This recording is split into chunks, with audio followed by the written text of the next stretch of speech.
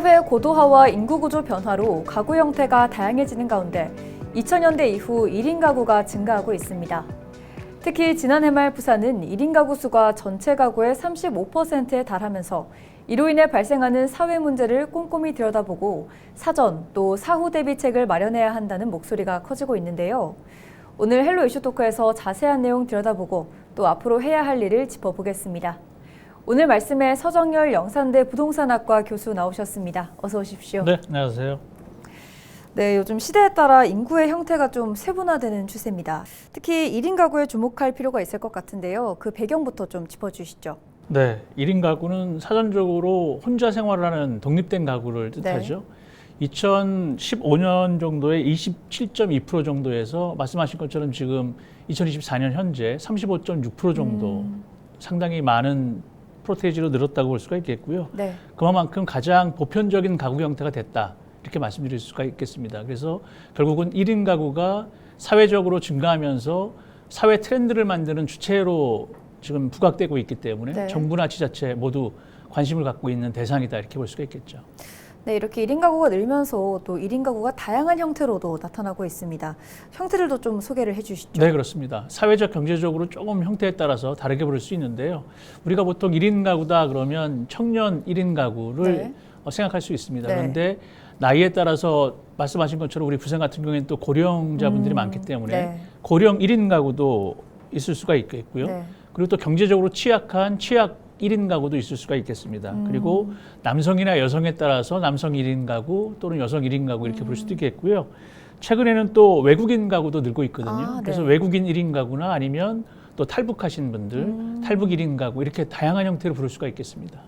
네, 그럼 1인 가구의 증가가 가져오는 사회적 현상에는 어떤 게 있을까요? 아까 말씀드렸습니다만 1인 가구가 사회적 트렌드를 만들고 있습니다. 네. 요즘에 젊은 청년 세대가 뭐 맛있는 거라든가 중요한 거를 사러 갈 때 오픈런 많이 하거든요. 네네. 근데 요즘에는 1인 가구 같은 경우에는 크로즈런이라고 합니다. 아, 네. 그래서 예를 들어서 마켓이나 아니면 큰 대형 마트에 네. 찾아갈 때 폐점 전에 가면 할인을 해주죠. 그쵸, 네. 그래서 그거를 오히려 할인 시간에 맞추어서 1인 가구가 저렴한 가격에 식료품이나 이런 상품들을 구매할 수 있다는 측면에서 클로즈런 이렇게 또 나오고 있고요. 네. 그리고 1인 가구가 많아지면서 1인 가구 세력권이라는 것도 생겼습니다. 그래서 그것을 줄여서 역세권이 아니라 1세권 이렇게 부르기도 합니다.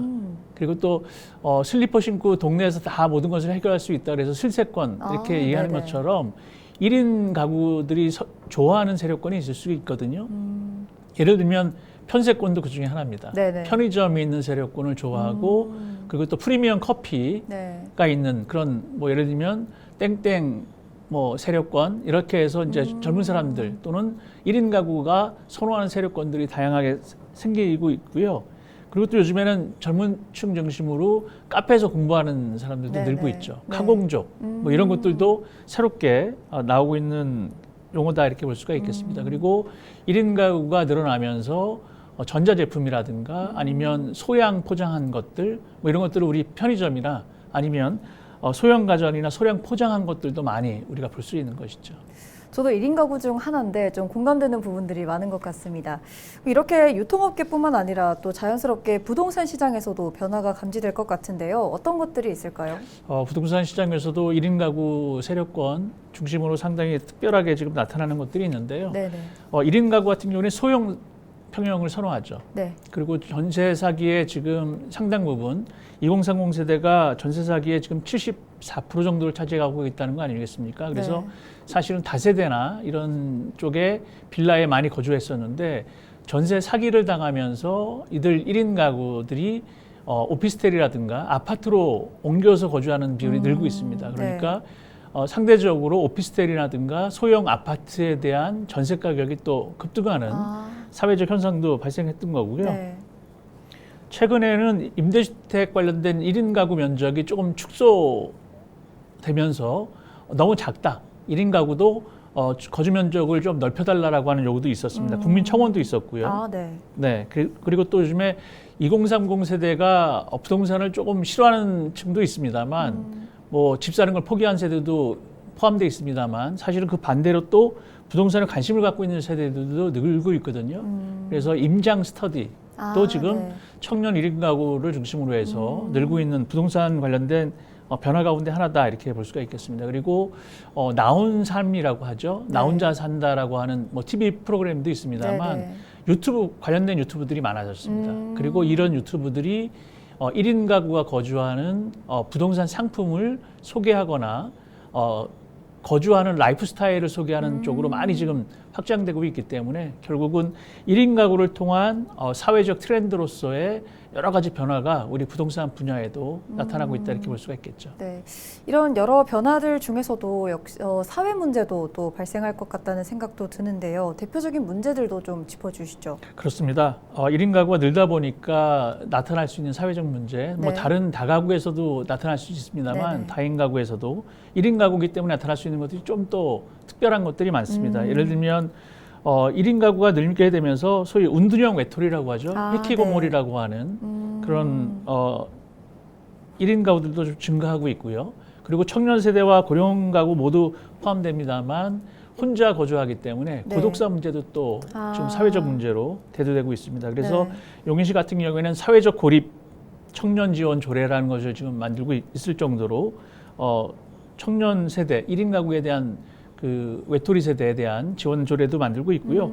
그리고 지금 건강보험 심사 평가원이라고 있는데 여기에서 보면 우울증 환자 가운데 2030 젊은 1인 가구가 2018년에 26%에서 지금 2022년 36% 정도로 급증했습니다. 네. 그러니까 결국은 혼자 있기 때문에 외로움 또는 고독감 이런 것들이 이제 우울증 증세로 나타나서 정신 건강 상태가 조금 다른 다인 가구에 비해서 높게 나타나는 경향이 있다라는 네. 것이 어쩌면 1인 가구가 증가하는 것만큼이나 사회 문제도 좀 커지고 있다 이렇게 볼 수가 있겠네요. 네, 젊은 층뿐만 아니라 고령층에서도 또 1인 가구가 계속 증가하고 있는 추세입니다. 청년 1인 인구와 비교했을 때 또 어떤 취약점이 있는지, 어떤 위험성이 있는지도 궁금합니다. 네, 1인 가구가 한 전체 가구의 36.5% 정도 차지하고 있고요. 네. 60세 이상의 1인 가구가 한 35.3% 비슷한 것 같습니다만 여전히 고령 1인 가구도 늘고 있거든요. 네. 당연히 또 청년 1인 가구와 좀 다른 부분들이 없잖아 있습니다. 네네. 일단 신체적으로 조금 체력이 저하되다 네. 보니까 안전상의 문제, 건강상의 문제가 있을 수 있고요. 그리고 또 사회적으로 은퇴하는 경우가 네. 는 1인 가구가 많습니다. 그러다 보니까 경제적으로 조금 더 어려운 1인 가구도 상대적으로 생길 수밖에 없고요. 그런 은퇴 이후에 고립감이 청년 1인 가구에 비해서 조금 또 상대적으로 높을 가능성, 그러니까 이런 여러 가지 육체적인 건강 또는 체력 뭐 이런 것들이 청년 1인 가구와는 좀 대별되는 특성으로서의 사회 문제 뭐 이런 것들이 이제 고령 가구의 고독사와 연결되면서 또 다른 문제로 지금 커지고 있는 상황입니다. 네, 최근 이슈토크에서 고독사 문제를 다룬 적이 있는데요. 그럼 1인 가구와 고독사와의 관계는 어떻게 보십니까?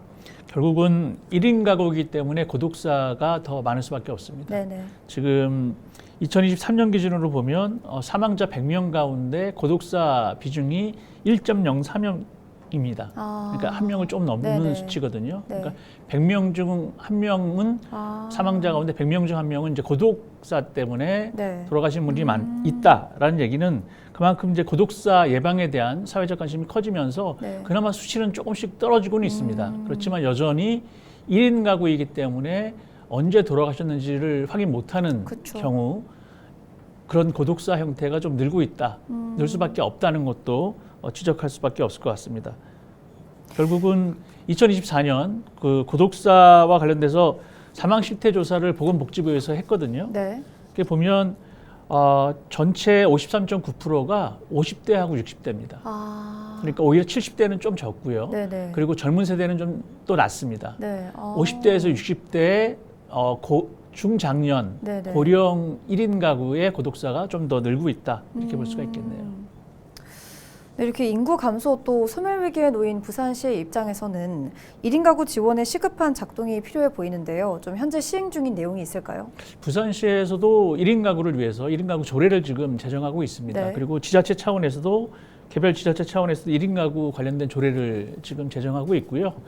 그리고 모여봐요 부산시 1인 가구라고 하는 포털도 네. 지금 홈페이지를 만들어서 1인 가구 대상으로 홍보도 하고 있고 지원도 하고 있습니다. 네. 그리고 18세에서 34세 청년 1인 가구를 위해서 소위 안심 홈세트라는 것도 지원하고 있습니다. 그러니까 대부분 이제 여성이거나 이런 네. 경우에 조금 집에 혼자 거주할 때 그 안전이 문제가 될 수 있잖아요. 그래서 네. 그런 안심홈이라고 하는 그런 세트를 지금 지원하고 있는데요. 예를 들면 홈 CCTV라든가 아니면 자물쇠라든가 스마트 초인종 이런 것들을 한 270가구에 한정해서 제한적이지만 지금 지원하고 있다라고 볼 수 있습니다. 그리고 부산시 같은 경우에는 지금 여성 1인 가구를 대상으로 소위 안전복합타운이라는 것을 만들고 있습니다. 네네. 부산시 금정구에 지금 1호가 만들어졌고요. 그리고 부산대 근처에 지금 2호점을 준비하는 것으로 알고 있는데요.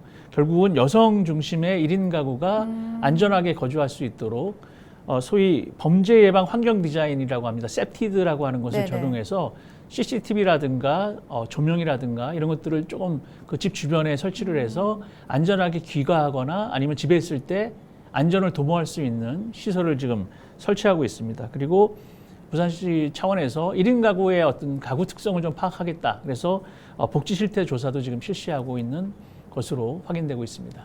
네, 말씀을 들어봤을 때는 좀 청년층 1인 가구에 집중된 것 같다는 생각이 들거든요. 혹시 그러면은 고령자 1인 가구에 맞춤된 좀 1인 가구 조례는 따로 없었을까요? 부산시에서? 지금 청년뿐만 아니라 1인 가구 조례는 고령자들도 해당이 됩니다. 다만 이제 지금 말씀드렸던 안심홈 세트라든가 이런 것들은 네. 여성 1인 가구를 위해서 네네. 한다는 점. 그러니까 결국은 상대적으로 또 고령 여성분들도 있을 수 있고 네네. 남성 고령 1인 가구도 있을 수 네네. 있으니까 좀 더 1인 가구 조례에서 다양한 지원책들을 만들면 좀 되지 않을까 싶습니다. 네, 뭐 경제적 지원도 중요하지만 사실 1인 가구에 해당하는 분들을 보면은 심리적인 지원도 필요하다는 생각이 듭니다. 일각에선 뭐 예술 프로그램을 제안하는 분들도 있었는데요. 교수님께서 제안하시는 심리적 지원이 있을까요? 심리적 불안감 이런 것들 때문에 요즘에 그 청년 1인 가구들이 부동산 측면에서 선택하는 집이 있습니다.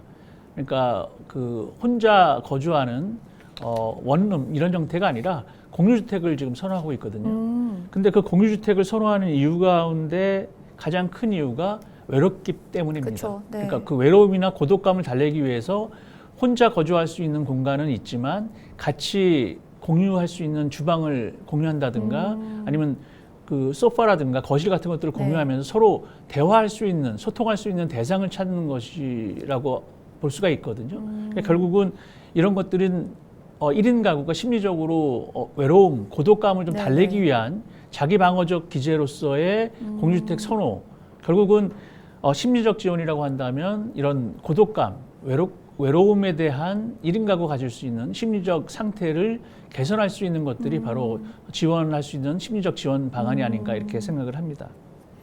네, 뭐 결론적으로 보면 1인 가구에 필요한 지원을 복합적으로 좀 살펴볼 필요도 있고 꾸준한 관찰과 또 관리도 필요해 보입니다. 앞으로 광역지자체보다도 기초지자체 혹은 더 작은 단위에서의 관할 또 관리가 필요해 보이는데요. 교수님 의견은 어떻습니까?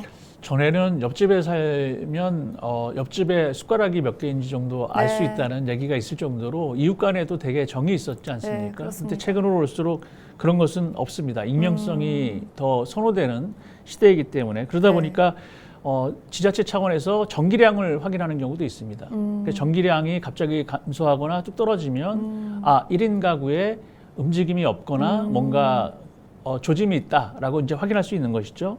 그리고 경우에 따라서 취약 1인 가구 같은 경우에는 움직임 같은 것들을 체크하는 그 관찰 TV도 지금 카메라도 활용하고 있습니다. 네. 그래서 움직임이 없을 경우에는 또 관리자가 전화를 해서 전화 통화를 시도하는 경우도 있고요. 여러 가지 관찰 또는 관리의 시스템 같은 것들은 갖춰지고 있는데 이것이 과연 보편적으로 많이 그 소위 해당이 되느냐, 이런 혜택을 받을 수 있느냐 여부는 지자체의 역량이라든가 결국은 재정 상태에 따라서 달라질 수가 있기 때문에 이러한 관리 체제 또는 지원은 좀 더 확대될 필요성이 있다는 측면에서 이런 1인 가구 대상의 복지 프로그램이 좀 다양하게 만들어질 필요가 있겠죠. 네. 교수님의 말씀을 들어보니 뭐 지자체 차원에서의 관리나 또 체계도 필요하지만 무엇보다도 시대적 부분에 좀 공감이나 또 따뜻한 정 이런 것도 좀 필요하지 않나라는 생각이 듭니다. 네, 그렇습니다. 네, 또 1인 가구에 대해서 사회 문제 발생 가능성이 있는 좀 잠재적인 원인으로 보기보다는 건강한 지원도 필요해 보입니다. 여기에 대해서는 어떻게 생각하십니까?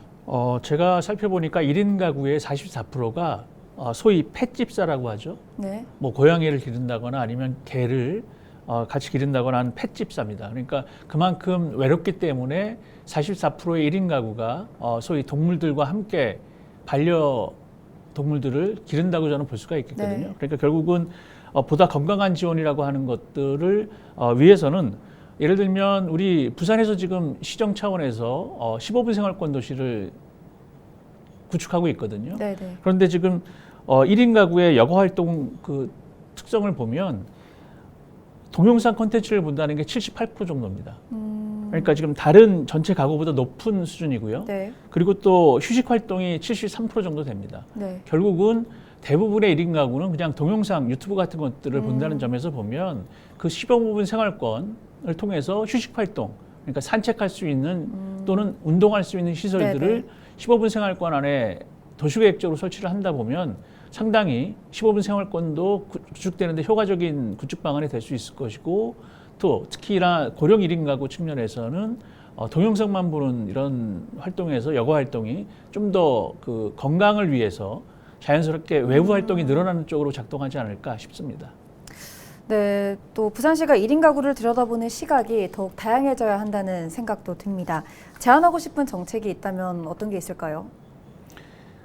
누구라도 언젠가는 1인 가구가 된다는 얘기가 있거든요. 네. 그러니까 결국은 모든 가구 형태는 나는 아니라고 할지 모르지만 언젠가는 1인 가구가 된다는 측면에서 결국은 1인 가구가 무엇을 원하는지 소위 실태조사가 좀 선행돼야 될 것 같습니다. 그리고 그 실태를 통해서 부산 같은 경우는 또 노인 가구 비중이 높지 않습니까? 네. 그러니까 결국은 그런 1인 가구의 실태조사를 통해서 무엇을 원하는지 어떤 지원이 필요한지에 대한 것들을 시정 차원에서 정확히 적확히 파악할 필요가 있을 것 같고요. 그런 걸 통해서 소위 관련 부서에서 해당하는 이 업무들을 보는 것이 아니라 컨트롤 타워가 필요할 것 같습니다. 해당되는 포괄적인 처리와 지원을 위한 인력, 그다음에 기구 이런 것들이 컨트롤 타워 형태로 좀 마련돼야 부산시에서 특히 늘어나고 있는 1인 가구에 대한 관리의 어떤 체계나 이런 것들이 좀 구축되지 않을까 싶습니다. 네.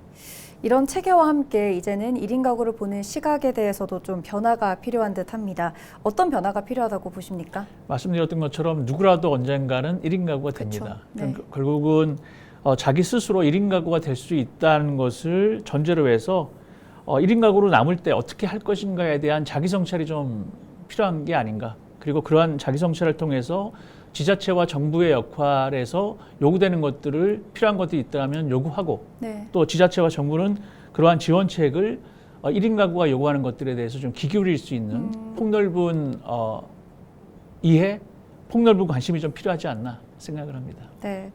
1인 가구에 대한 보다 또 세심하고 사려 깊은 정책과 또 따뜻한 사회적 시선이 동반되길 바라면서 오늘 말씀 여기까지 듣겠습니다. 고맙습니다. 네, 감사합니다. 네, 1인 가구의 증가는 단순한 수치만 볼 것이 아닌 파생되는 사회 현상이 많다는 점에서 유의 깊게 살펴볼 필요가 있습니다. 지자체와 유관기관의 세심한 지원책으로 고립이 아닌 자립을 돕는 장치가 빠르게 작동하길 바라겠습니다. 오늘 헬로 이슈 토크는 여기서 마무리하겠습니다. 시청해주신 여러분 고맙습니다.